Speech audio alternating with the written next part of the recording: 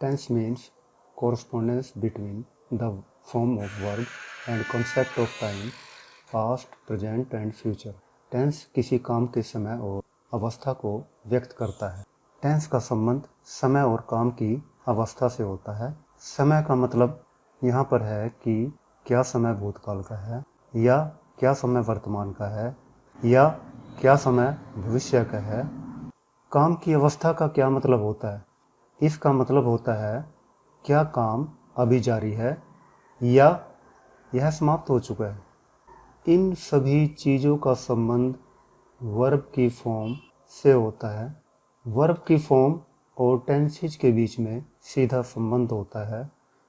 Verb का इस्तेमाल या तो हम वर्ब की फर्स्ट फॉर्म के साथ करते हैं या वर्ब की फर्स्ट फॉर्म के साथ एस या ई एस लगाते हैं, या हम वर्ब की सेकंड फॉर्म का इस्तेमाल करते हैं, या हम वर्ब की थर्ड फॉर्म का इस्तेमाल करते हैं, या हम वर्ब की फर्स्ट फॉर्म के साथ आईएनजी का इस्तेमाल करते हैं।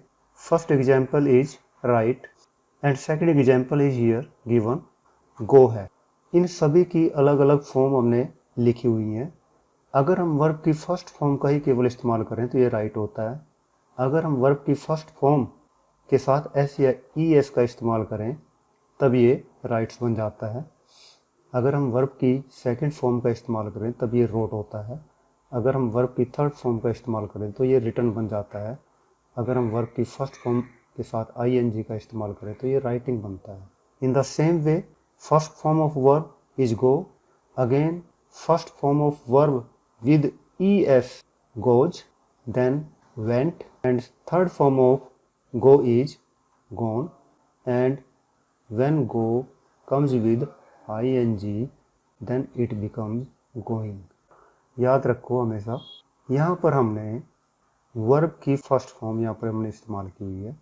वर्ब की फर्स्ट फॉर्म यहाँ पर अकेली है और यहाँ पर वर्ब की फर्स्ट फॉर्म के साथ एस या ई एस का इस्तेमाल किया गया है। वर्ब की फर्स्ट फॉर्म हमें दिखाती है कि ये जो वर्ब है वो प्लूरल है, और वर्ब की फर्स्ट फॉर्म के साथ एस या ई एस जब हम इसे लगाते हैं तो हम इस वर्ब की प्लूरल फॉर्म को सिंगुलर बनाते हैं। यानी कि वर्ब की फर्स्ट फॉर्म को सिंगुलर बनाने के लिए हमें एस या ई एस की ज़रूरत पड़ती है।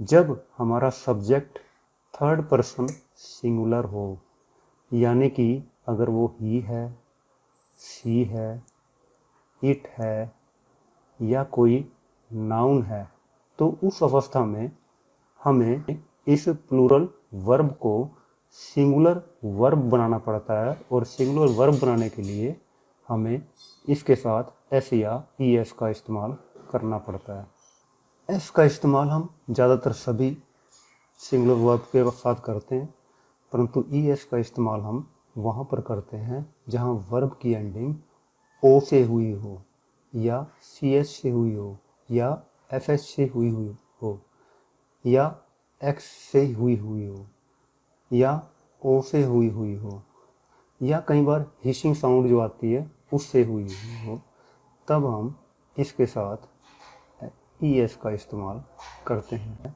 वर्ब की जो फर्स्ट फॉर्म होती है वो दिखाती है कि समय सिंपल प्रेजेंट का है, और वर्ब की फर्स्ट फॉर्म के साथ हम सिंपल प्रेजेंट में कई बार डू या डज का इस्तेमाल करते हैं।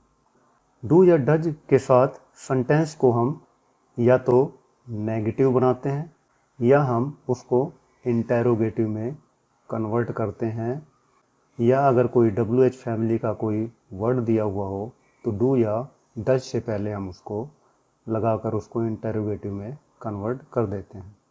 वर्ब की सेकंड फॉर्म बताती है कि समय सिंपल पास्ट का है। इसका संबंध पास्ट से है कि पास्ट में हम सेंटेंस को नेगेटिव या इंटेरोगेटिव बनाने के लिए डिड का इस्तेमाल करते हैं, परंतु याद रखना है डिड के बाद हम वर्ब की फर्स्ट फॉर्म का इस्तेमाल करते हैं। जहाँ पर भी डिड का हमने इस्तेमाल किया है हमने वहाँ पर हमेशा डिड के बाद वर्ब की फर्स्ट फॉर्म का इस्तेमाल किया है, चाहे वो हमने सेंटेंस को नेगेटिव बनाने के लिए किया हो या सेंटेंस को इंटेरोगेटिव बनाने के लिए किया हो, या सेंटेंस को हमने इंटेरोगेटिव WH फैमिली के किसी word what, when, where, why, how, which, इन सभी में से किसी एक का इस्तेमाल करके इसको हमने इंटेरोगेटिव बनाने के लिए किया हुआ है। वर्ब की जो थर्ड फॉर्म है वो इशारा करती है कि कार्य कंप्लीट हो चुका है, यानी कि कार्य जो है परफेक्ट हो चुका है, कार्य कंप्लीट हो चुका है। ये हमें बताती है, वर्ब की थर्ड फॉर्म बताती है कि कार्य जो है कंप्लीट हो चुका है, और इसको हम केवल परफेक्ट टेंस के अंदर ही इस्तेमाल करते हैं। वर्ब की थर्ड फॉर्म को हम यहाँ पर पास्ट पार्टिसिपल भी बुलाते हैं। इस प्रकार वर्ब की जो थर्ड फॉर्म है वो इशारा करती है कि कार्य कंप्लीट हो चुका है, कार्य पूरा हो चुका है, कार्य परफेक्ट है। इस फॉर्म का प्रयोग हम हैज के साथ करते हैं या हैव के साथ करते हैं प्रेजेंट में, परंतु पास्ट में हम इसका इस्तेमाल हैड के साथ करते हैं। अगर नेगेटिव हमें बनाना है तब भी हम इन्हीं हेल्पिंग वर्ब का ही हम सहारा यहाँ पर लेते हैं। यहाँ पर हैव का हमने इस्तेमाल किया और उसके बाद हमने वर्ब की थर्ड फॉर्म का इस्तेमाल किया। This is the situation of a negative sentence, and whenever we want to create an interrogative sentence, then in that position we put has, have or had in front of subject। जब कभी भी हमें इसको interrogative में convert करना होता है तब हम हैज या हैव को या हैड को सब्जेक्ट से पहले लाकर और उसके बाद वर्ब की थर्ड फॉर्म का इस्तेमाल करके उसको हम इंटेरोगेटिव बना देते हैं। अगर सेंटेंस के अंदर कोई WH फैमिली का वर्ड हो तब हम पहले WH फैमिली का वर्ड लिखते हैं और उसके बाद हैज, हैव या हैड का इस्तेमाल करते हैं, फिर सब्जेक्ट का, उसके बाद हम वर्ब की थर्ड फॉर्म का इस्तेमाल करते हैं। ये सारे सेंटेंसेज हमें केवल एक ही बात का इशारा करते हैं कि जो कार्य है वो कंप्लीट हो चुका है at the time of speaking. और इससे आगे है वर्ब की first form plus ING। Verb की फर्स्ट फॉर्म के साथ हम ING का प्रयोग केवल तभी करते हैं जब हमारे पास इससे आगे प्रयोग करने के लिए वर्ब बी दिया हो। वर्ब बी के जो प्रेजेंट फॉर्म होती है वो इज MR होती है। इस प्रकार वर्ब की फर्स्ट फॉर्म प्लस ING का प्रयोग इज MR के साथ होता है या इसका प्रयोग हम वाज या वर के साथ करते हैं। जब कभी भी हमें नेगेटिव सेंटेंस में किसी सेंटेंस को कन्वर्ट करना होता है, यदि वो कंटिन्यूअस फॉर्म का है, तब हम क्या करते हैं, उसमें वर्ब की बी फॉर्म में से इनमें से अगर वो प्रेजेंट से संबंधित है तो इनमें से हम सब्जेक्ट के अनुसार इनमें से एक को हम चुन लेते हैं आई के साथ, जैसे इसमें M आया है और इसको नेगेटिव बनाया हमने और वर्ब की फर्स्ट फॉर्म के साथ ING हमने लिख दिया। और इसी प्रकार इसमें हेल्पिंग वर्ब M को हम सामने लाए हैं और उसके बाद सब्जेक्ट और उसके बाद वर्ब की फर्स्ट फॉर्म प्लस ING का इस्तेमाल हमने इंटेरोगेटिव सेंटेंस को बनाने में किया है। इसी प्रकार हमने WH फैमिली का एक वर्ड लिया है और उसके बाद हमने हेल्पिंग वर्ब को लिखा है, इज MR में से एक का इस्तेमाल किया है और उसके बाद सब्जेक्ट का और फिर वर्ब की फर्स्ट फॉर्म के बाद ING का प्रयोग कर इसको हमने इंटेरोगेटिव में कन्वर्ट कर दिया। वर्ब की फर्स्ट फॉर्म प्लस ING को हम प्रेजेंट पार्टिसिपल भी बुलाते हैं, कहकर बुलाते हैं इसको। और वर्ब की फर्स्ट फॉर्म प्लस ING हमें दिखाता है कि कोई कार्य जो है वो कंटिन्यू है, वो अभी जारी है, अभी समाप्त नहीं हुआ है। इस प्रकार वर्ब की फॉर्म जो कि हमें पास्ट, प्रेजेंट या फ्यूचर टाइम को दिखाती है या वो हमें स्टेट को बताती है, स्टेट ऑफ इनएक्शन बताती है कि कार्य की क्या स्थिति है, वो किस अवस्था में अब है, क्या वो कंप्लीट है या अभी कंटिन्यू है। इन चीज़ों के आधार पे हम टेंस को 3 मुख्य भागों में बांट सकते हैं। पहला इसमें पास्ट टेंस है जो कि पास्ट की घटनाओं से संबंधित है, और दूसरा जो है वो प्रेजेंट टेंस होता है। प्रेजेंट टेंस जो कि प्रेजेंट यानी कि ये वर्तमान से संबंधित होता है कि इसमें जो भी इवेंट्स होती हैं उनका संबंध प्रेजेंट से होता है। और तीसरा जो होता है फ्यूचर होता है। फ्यूचर में फ्यूचर का संबंध फ्यूचर के समय से होता है यानी कि भविष्य से होता है। इस प्रकार टाइम के अनुसार हम टेंसेज को 3 भागों में बांट सकते हैं, पास्ट में, प्रेजेंट में एंड फ्यूचर में। आगे हम टेंस को स्टेट के अनुसार, उसकी स्थिति के अनुसार, उसकी अवस्था के अनुसार टेंस को आगे फर्दर 4 भागों में हम इसको डिवाइड कर सकते हैं।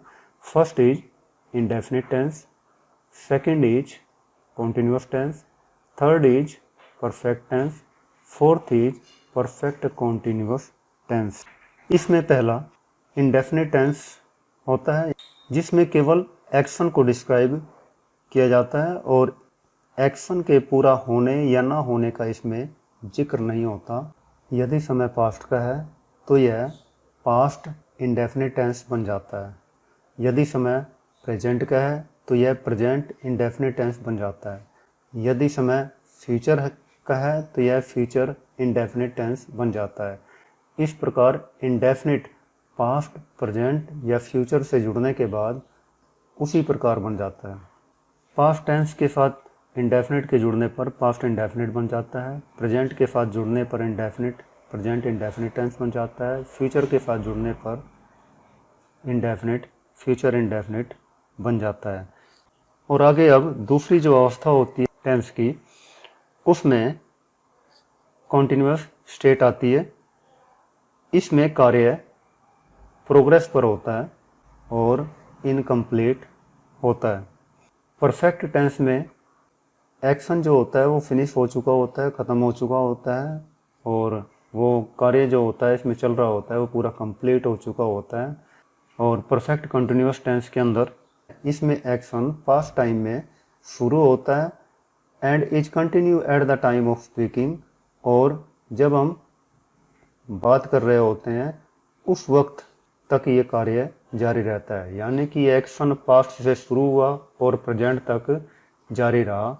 अगर ऐसी पोजीशन बनती है किसी जगह तो वो परफेक्ट कॉन्टिन्यूअस कहलाता है।